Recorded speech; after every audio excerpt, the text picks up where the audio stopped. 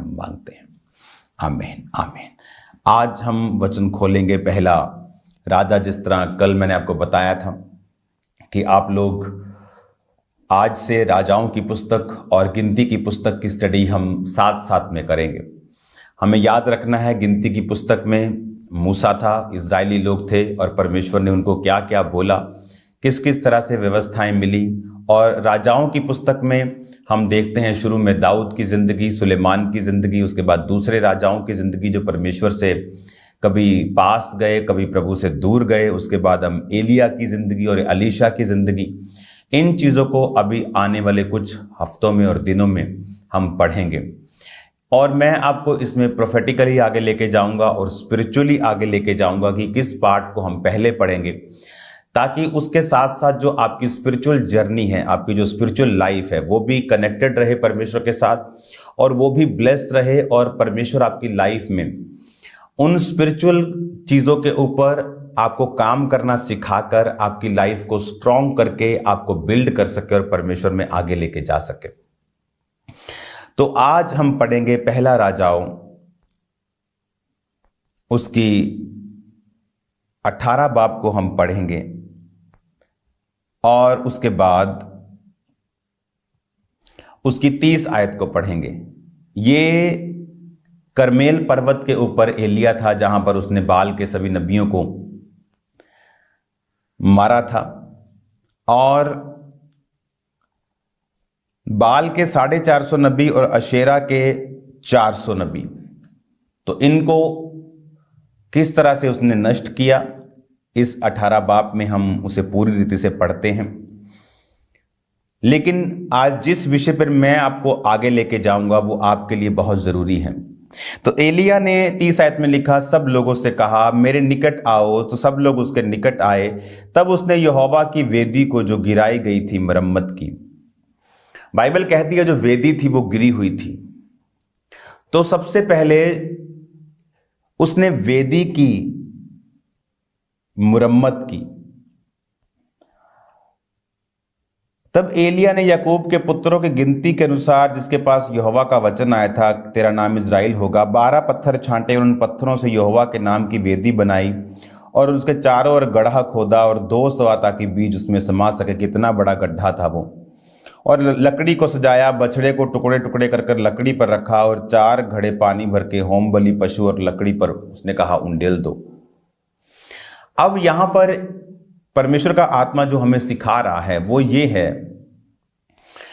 कि परमेश्वर, उसने कहा था कि मैं ये सजा के रखूंगा और तुम भी अपने देवता से प्रार्थना करना, मैं अपने परमेश्वर से प्रार्थना करूंगा, जो आग उतार कर उत्तर देगा वही परमेश्वर है। तो जब उसकी बारी आई तो बाइबल कहती है कि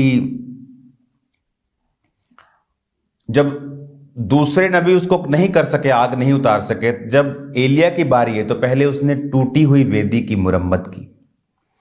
आप जानते हैं परमेश्वर की जो फायर है ये एक प्रूफ है कि आप परमेश्वर की आत्मा के साथ जुड़े हुए हैं। एक व्यक्ति बिना फायर के गिफ्ट्स को यूज कर सकता है, पर ये जो फायर है इसी का परमेश्वर ने जिक्र किया था कि ना तू ठंडा है ना गर्म।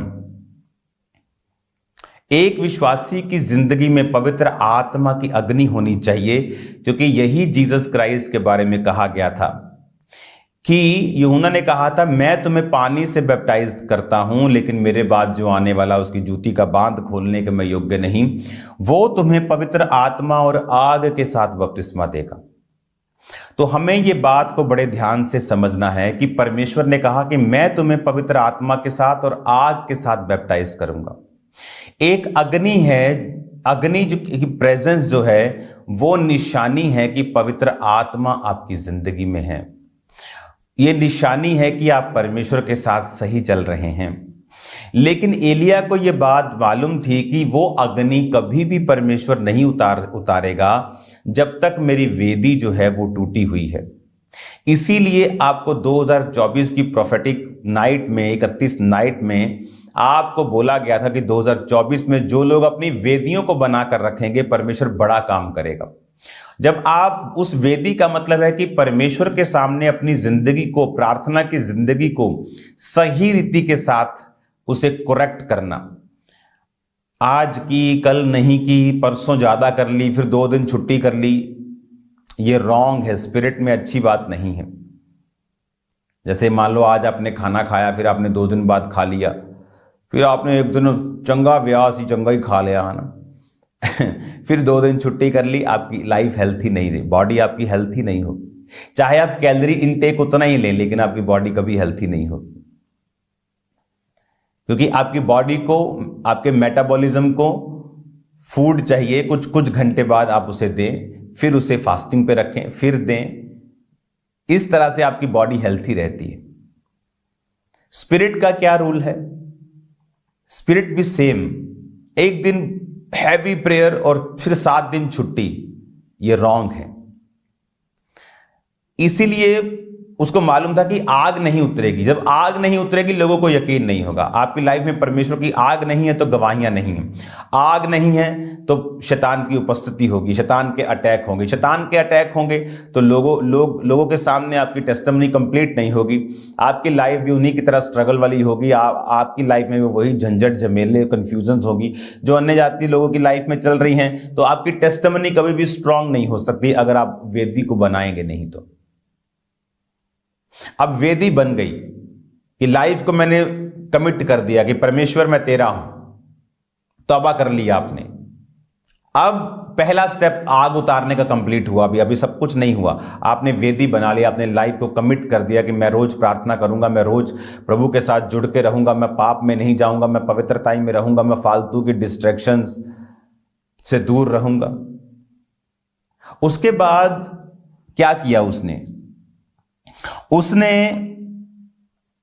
पत्थरों की वेदी बनाकर लकड़ी को सजाया। लकड़ी, जब लकड़ी का जिक्र आता है तो क्रॉस का जिक्र आता है।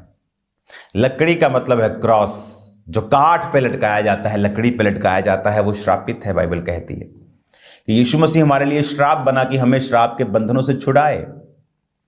लकड़ी का मतलब है जब आपने परमेश्वर में अपना जीवन दे दिया, उसके बाद क्रॉस को उठा लें। जिस तरह यीशु मसीह ने कहा, जो अपनी लकड़ी, अपना क्रूस, अपनी काठ रोज उठाकर मेरा पीछा ना करेगा वो मेरे योग्य नहीं। अपने आप का इनकार करें। अब आप अपने नहीं हैं, अब आप सब पार्टीज को अटेंड नहीं कर पाएंगे, सब दोस्तों को खुश नहीं कर पाएंगे, सब रिश्तेदारों को खुश नहीं कर पाएंगे, सब वो नहीं कर पाएंगे जो लोग करते हैं, संसार करता है, समाज करता है। आप उस तरह की रील्स नहीं बना पाएंगे, उस तरह के टीवी कोई प्रोग्राम्स को नहीं देख पाएंगे, उस तरह की पिक्चर्स को नहीं देख पाएंगे। और यही मुश्किल पार्ट है, क्योंकि जब लोग परमेश्वर में आने का फैसला कर लेते हैं, वेदी बना ली, लेकिन जब लकड़ी सजाने का समय आता है, क्योंकि जितनी लकड़ी उतनी आग।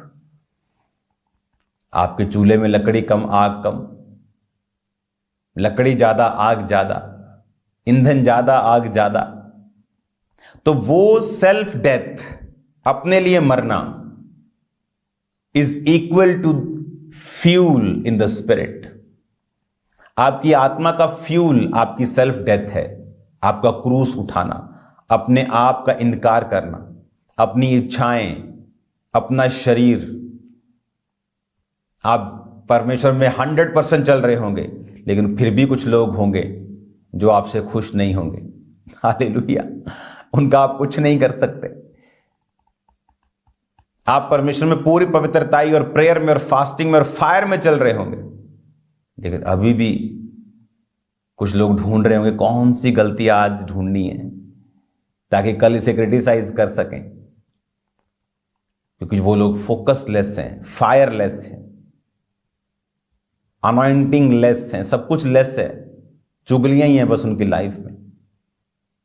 लेकिन अगर आपको आग रखनी है, आपको सेल्फ डेथ, कितनी लकड़ी यानी कितनी सेल्फ डेथ, कितना मरे हुए हैं आप अपने लिए। कुछ लोग, क्रिश्चियन लोग, संसार को भी खुश करना चाहते हैं, दोस्त नाराज ना हो, इसलिए वो अपनी शादियों के ऊपर फुल डीजे चलाना चाहते हैं, संसारिक गानों के ऊपर, दुनिया में नाराजगी ना हो, वो शराब भी चलाना चाहते हैं। जितनी सेल्फ डेथ कम होगी, जितनी लकड़ी कम होगी, उतनी फायर कम होगी, और जितनी फायर कम है उतना पर्सनल लाइफ में स्ट्रगल ज्यादा है। सिर्फ पैसा आने से स्ट्रगल खत्म नहीं हो जाता। Family struggle, mental struggle, health struggle, mental health struggle, peace struggle, many type of struggles, लेकिन वो खत्म नहीं होंगे। तो वेदी लाइफ प्लस लकड़ी सेल्फ डेथ, और बछड़े को रखा सब्सटेंस। बछड़ा मतलब पैसा, मतलब ऑफरिंग। आज कौन लोग हैं जिनकी लाइफ में सूखा है, जो कमिट नहीं किया, तौबा नहीं की है, वेदी नहीं बनाई है कि मैं प्रभु में चलूंगा, डिसीजन नहीं लिया है। अगर लिया है तो फिर सेल्फ डेथ नहीं है, अपनी लकड़ी नहीं उठाई, क्रॉस नहीं उठाया, लकड़ी को नहीं डाला है। अगर सेल्फ डेथ कर दी है तो कंजूस हैं, बहुत कंजूस हैं। सोचते हैं कि किसी की गरीब की हेल्प करनी तो टाइद दे दिया। आप अपने टाइद से गरीब की हेल्प नहीं कर सकते, मैं आपको बता देता हूं।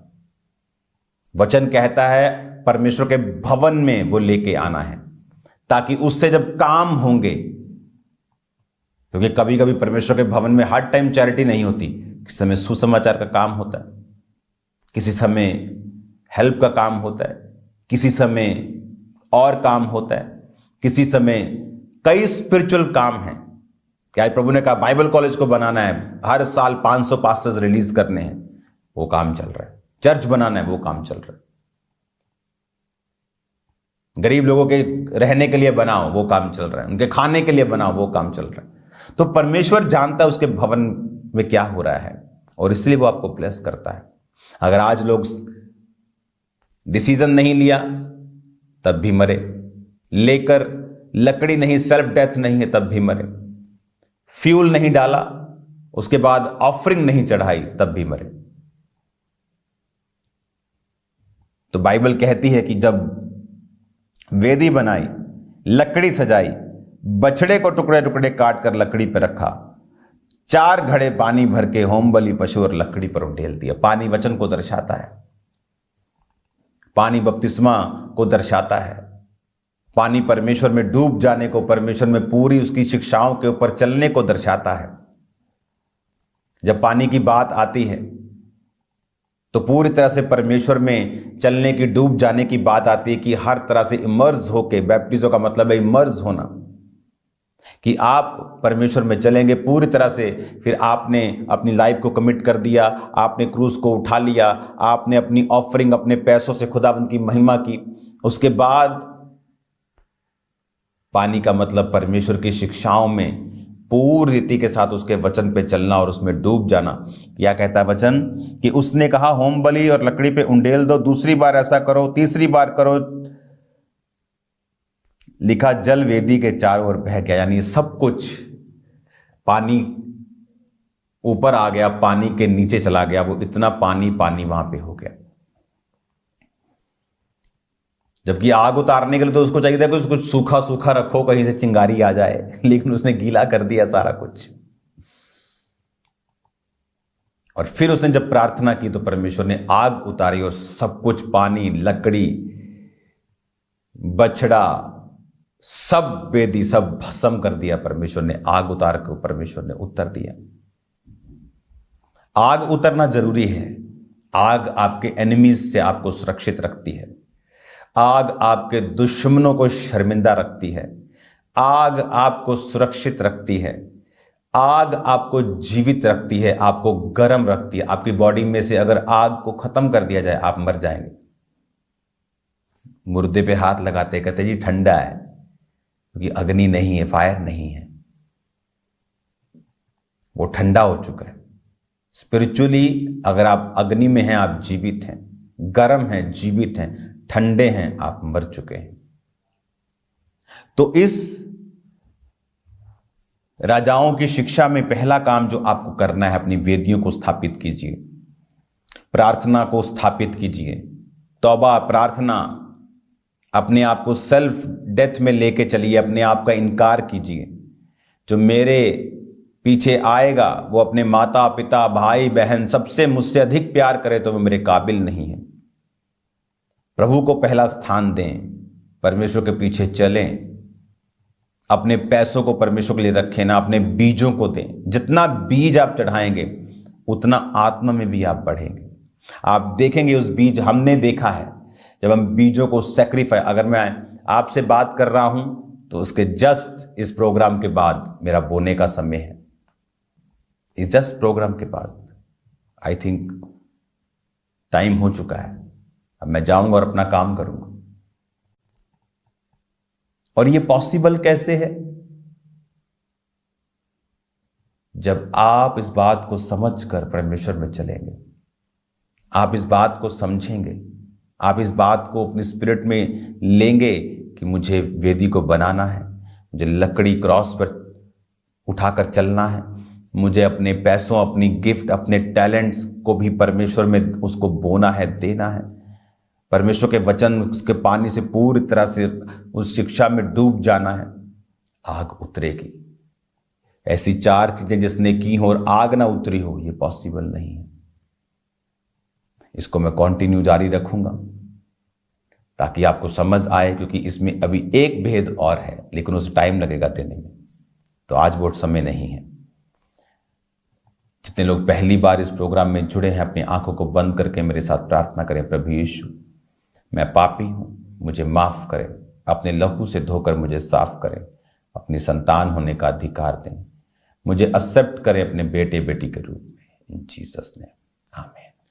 जिस तरह एक बच्चे को स्कूल और कॉलेज में जाना जरूरी है, कोई मायने नहीं रखता वो कहाँ से है, उसी तरह से आपका चर्च में, जीवित चर्च में जाना जरूरी है। आप दुनिया के जिस भी कोने में हैं, जीवित चर्च में जाइए। अगर आप खामरा चर्च का, the church of science and wonders का हिस्सा बनना चाहते हैं तो आपके एड्रेस आपकी स्क्रीन पे होंगे। आप हेड चर्च जलंधर जहां मैं होता हूं, उसके अलावा मोर देन 100 चर्चेस पूरे वर्ल्ड में, पंजाब के डिस्ट्रिक्ट्स में, इंडिया की मोस्टली स्टेट्स में हैं। आप वहां पे शामिल हो सकते हैं, उन चर्चेस में जा सकते हैं। आपकी लाइफ सेम नहीं रहेगी, इन जीसस ने। प्रार्थना पहाड़ की प्रार्थनाओं को सुनना नहीं भूलें। खुदावन आपको सेम नहीं रहने देगा। भी फ्रूटफुल प्रोग्राम को सुने, क्योंकि वो आपकी फैमिली को बैलेंस करेगा, होम्स को बैलेंस करेगा, आपकी लाइफ को फ्रूटफुल करेगा। God bless you all. मेरा बिलीव है कि आप इन वचनों पर, इन शिक्षाओं पर, बाइबल टीचिंग पर काम करेंगे। बाइबल टीचिंग का एक रूल ये भी है, पेन और कॉपी साथ में लेकर बैठें, अपनी लाइफ को उस तरह से सिस्टमेटिकली अपने वचन को नोट करें, ताकि आपकी लाइफ जब आप उसे पढ़ें तो वो सिस्टमेटिकली स्पिरिट के माहौल में, उस स्पिरिट के सिस्टम में आ जाए। God bless you all. आप सेम नहीं है, आपकी लाइफ सेम नहीं है। मैं आपको ब्लेस्ड घोषित करता हूँ। प्रार्थना पहाड़ की प्रेयर्स को अगर आप सुनते रहेंगे, मैं आपको दावा करता हूँ छुटकारे में रहेंगे। या तो छुटकारा आ जाएगा या अभी होगा। समथिंग विल हैपन, या तो अब हो जाएगा या तो बाद में हो जाएगा, लेकिन होगा जरूर। ये प्रभु ने मुझसे कहा है, आप छुटकारे में रहेंगे। God bless you all. मेरे लिए प्रार्थना करते रहिए, सेवकाई के लिए प्रार्थना करते रहिए। आने वाले समय में प्रभु के दर्शन बड़े हैं, उनमें हम ग्रेस के साथ एंटर कर सके, बड़े काम कर सकें। God bless you all. Thursday और संडे प्रभु भोज की मीटिंग्स हैं। संडे एक ऑर्डिनरी मीटिंग नहीं होगी, फायर फील्ड मीटिंग होगी, डिलीवरेंस मीटिंग होगी, हीलिंग मीटिंग होगी, और फ्री अनॉइंटिंग ऑयल डिस्ट्रीब्यूशन है संडे। तो खुदाबंद के नाम में आप इनवाइटेड हैं, आप सेम नहीं रहेंगे। God bless you all. और याद रखें, एक क्रिश्चियन व्यक्ति अगर डेडिकेटेड है, वो कभी भी ऑनलाइन चर्च अटेंड नहीं करेगा जब तक कि उसके घर से कम 400 किलोमीटर चर्च नहीं, शायद 350 किलोमीटर चर्च। लेकिन अगर हम आलस के मारे हुए, एक है कि आपके पास कोई सोर्स नहीं है, गाड़ियां हैं लोगों के घरों में, और वो ऑनलाइन चर्च अटेंड कर रहे हैं, ये बहुत बड़ी शेम है और प्रभु इससे खुश नहीं है। एफर्ट करें, प्रभु के लिए हमेशा एफर्ट करें, हमेशा प्रयत्न करें, हमेशा कुछ लगाएं संडे को, ताकि प्रभु को मालूम हो कि ये मुझे ऑनर करता है। आपकी सहेली से लोगों ने मिलने जाना हो ना, मैं कह रहा हूं कि 10,000 किलोमीटर भी चले जाएंगे, लेकिन प्रभु कि घर में जाने से लोगों को प्रॉब्लम है। जब संसारिक प्रेम ज़्यादा है और आत्मिक कम है तो वो रिजल्ट भी वैसे ही है। स्पिरिचुअल प्रेम ज़्यादा करें। मैंने लोगों को यहाँ पर खामरा चर्च में, आप इमेजिन करें, 2500 किलोमीटर दूर संडे आते देखा है, बाय फ्लाइट मीटिंग अटेंड करने के बाद जाते हुए देखा। उनकी लाइफ सेम नहीं रही क्योंकि उन्होंने प्रभु को अपना फेथ दिखाया है। इसीलिए वो लहू बहने वाली औरत चंगी हो गई, बाकी भीड़ छू रही थी वो चंगी नहीं हुई। खुदा को अपना फेथ दिखाए। God bless you all.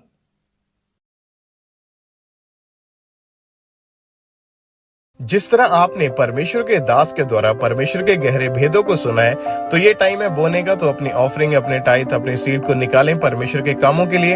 आप ऑनलाइन तरीके से, जैसे कि जीपे, गूगल पे, उसके QR कोड को स्कैन करें अपने मोबाइल फोन के जरिए, तो इजीली अपनी ऑफरिंग को आप ऑनलाइन तरीके से भेज सकते हैं। ICICI बैंक, HDFC बैंक, इनके भी QR कोड को स्कैन करके आप अपनी ऑफरिंग को भेजते जाएं। और आप बैंक अकाउंट्स के जरिए, जैसे कि ICICI बैंक, HDFC बैंक, इनकी डिटेल को अपनी टीवी स्क्रीन से नोट कर सकते हैं। तो इसके जरिए आप पूरे भारत से, पूरे इंडिया से आप बैंक अकाउंट्स के जरिए अपनी ऑफरिंग को RTGS करके, नेफ्ट करके, IMPS के जरिए चर्च के अकाउंट्स में भेज सकते हैं। और आप पार्टनरशिप्स को जरूर लें, जैसे कि TV ministry, evangelism partnership, mighty Ben partnership, ताकि आपका बोया गया बीज परमेश्वर के कामों में इस्तेमाल किया जाए। और जो लोग इस समय फॉरेन से, विदेश से आप इस टीचिंग को सुन रहे हैं, आपने भी अपनी ऑफरिंग को परमेश्वर के कामों के लिए भेजते जाना है। जो 3 नंबर्स आपकी टीवी स्क्रीन के ऊपर दिखाए गए, इनके ऊपर कॉल करें, व्हाट्सएप करें। आप जब इनके ऊपर कॉल करेंगे तो आपको टीम के द्वारा प्रॉपर जानकारी दी जाएगी कि कैसे आपने फॉरेन से, विदेश से अपनी ऑफरिंग को आपने चर्च में भेजना है।